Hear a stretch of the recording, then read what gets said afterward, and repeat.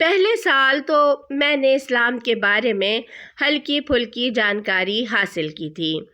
مگر دوسرے سال تک آتے آتے میرا اسلام کے بارے میں تجسس بہت بڑھ گیا تھا اور میں اسلام سے بہت زیادہ متاثر ہو چکی تھی۔ دوسرے سال میں نے اپنی ریسرچ اسٹڈی میں بہت زیادہ اضافہ کر دیا تھا۔ میں دن رات بہت زیادہ اسلامک ویڈیوز دیکھنے لگی تھی اور مختلف ویب سائٹس پر اسلام کے بارے میں آرٹیکلز پڑھتی،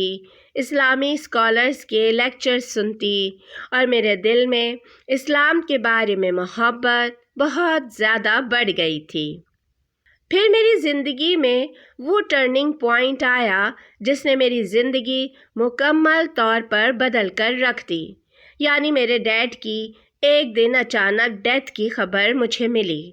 اور میں اس صدمے کو برداشت کرنے کے لیے بالکل تیار نہیں تھی، کیونکہ میرے ڈیڈ بہت ینگ تھے اور ان کی عمر صرف 40 سال تھی اور میری اس وقت عمر صرف 16 سال تھی۔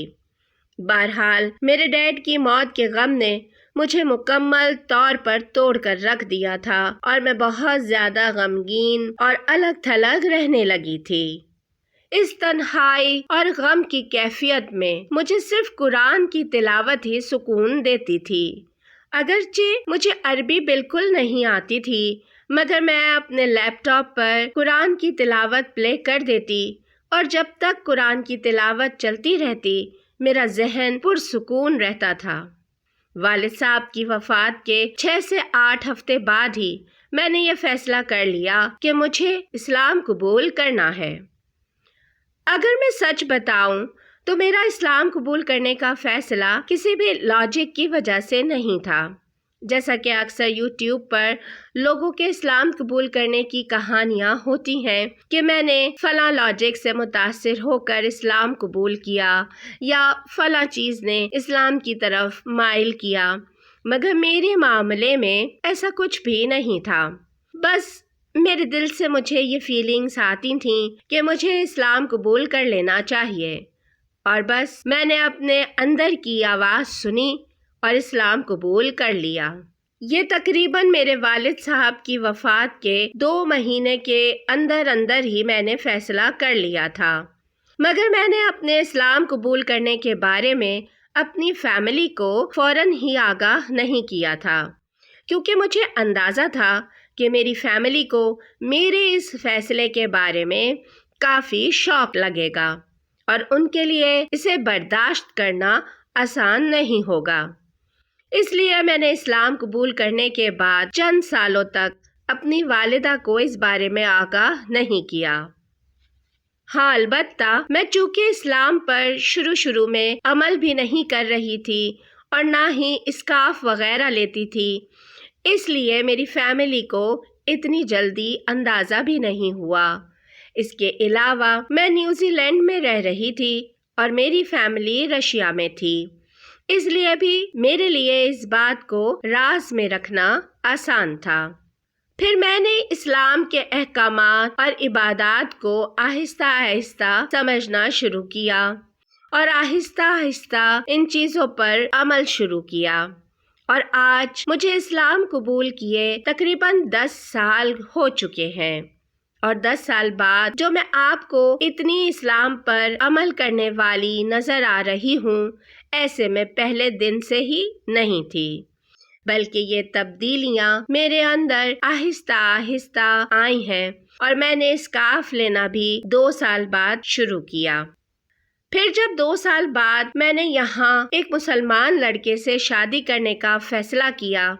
تو میری والدہ کو تھوڑا عجیب سا لگا کہ میں مسلمان سے شادی کر رہی ہوں،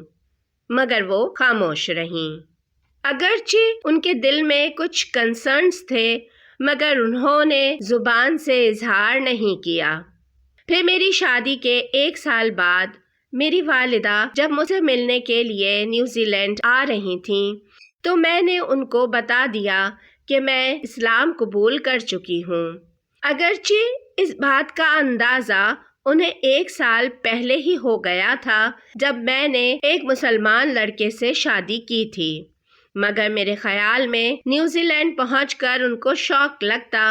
اس لیے بہتر تھا کہ ان کو پہلے ہی بتا دیا جائے، اور وہ اس کے لیے ذہنی طور پر تیار بھی تھیں،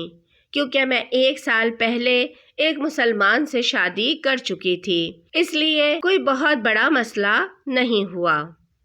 اور آج الحمدللہ میری والدہ بھی اسلام کو اسٹڈی کر رہی ہے۔ میری اللہ سے دعا ہے کہ میری والدہ کو بھی ایمان کی دولت سے سرفراز کریں، آمین۔ اس کے ساتھ ہی مجھے اجازت دیجیے، اللہ نگہبان۔